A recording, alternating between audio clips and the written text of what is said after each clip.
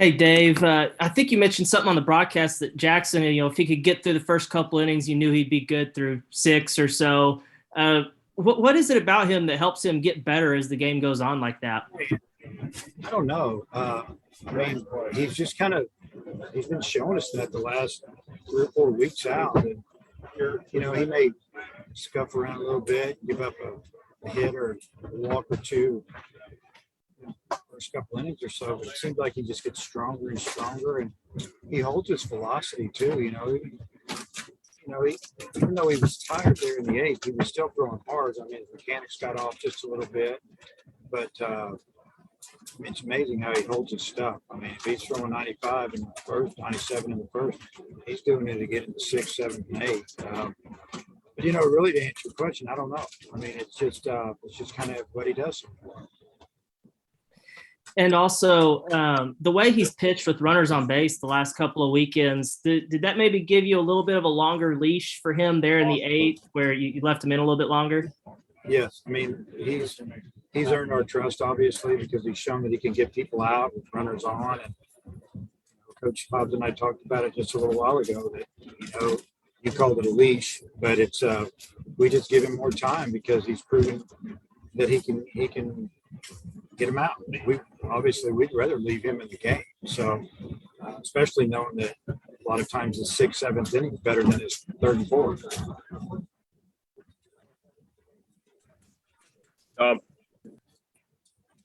Hey, Dave, what'd you think of that crazy seventh inning? You didn't get the ball out of the infield for a while. What did you make of all that? What did we have? We had a walk. The snowball. They throw a ball over the second base and didn't get a grip and chopped one up the line. I mean, a lot of little things were happening, but we bunted a nice bunt. It was going to be a sack bunt. I don't know how they scored it. Next thing you know, we got the bases loaded, no outs. We haven't left the infield yet. And I think we get I don't know, somewhere in there was a chopper or two. I don't know. They gave us some extra outs and we took advantage of it. Kind of what we did for them last night. And it wasn't the prettiest of series, that's for sure. I've seen a lot prettier. But I'll take 2 out of 3 anytime on the road up here. I think we're just disappointed that we didn't play very well, last night. Kind of let it slip. But the guys fought back today, had a good attitude, and the weather was miserable. Windy as can be. I don't know what the wind chill was, but it felt every bit as cold as that night game on Friday. Yeah, and then I was going to ask you, so there was a balk in that inning, and then Webb hit the 2-run double that kind of broke it open. But legit balk. And what did you think of Webb? Yeah, I mean, it was he smoked it down the line. It was just fair, and we had the bases loaded and no outs. And I think at the time we had a 2-run lead, maybe, or a 1-run lead. I don't know. And we strike out 2 times in a row. We don't score a run. So, I mean, Webb obviously got the hit of the game. I mean, he picked up the team. He picked up his teammates that didn't get the runners in front of him. And that was a big swing we were looking for. And, he got his couple of them this weekend. You look back on Friday's game and then today. And then I was going to ask you about the conditions and the field. There's some hops, and I guess you're just happy to get out of there. Really. Yeah, I mean, the wind blew in and across from left. It knocked down 2 home runs last night that would have driven in 3 runs for us. But that's the way it is. Same for them today. I mean, it kind of died down there in the second inning. It was the craziest thing. Then we saw the flags going the other way, and then their guy goes opposite field home run. I think it might have even hit the top of the fence and bounced over. I'm not sure, but then it picked back up and was blown. We're thinking, what is going on here? Yeah, I thought we played pretty good defense for as cold as it was up here and as windy as it was. It's like a golfer. You'd rather have it, if it's going to be cold, you don't want it to be windy. You'd rather play in cold than windy. Then you put them both together in baseball. It makes it a lot more difficult.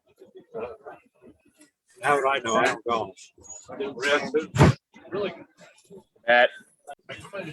Hey, Dave, I wonder what it told you about Brady Tigert for him to have 2 kind of extended outings like he did in 2 days.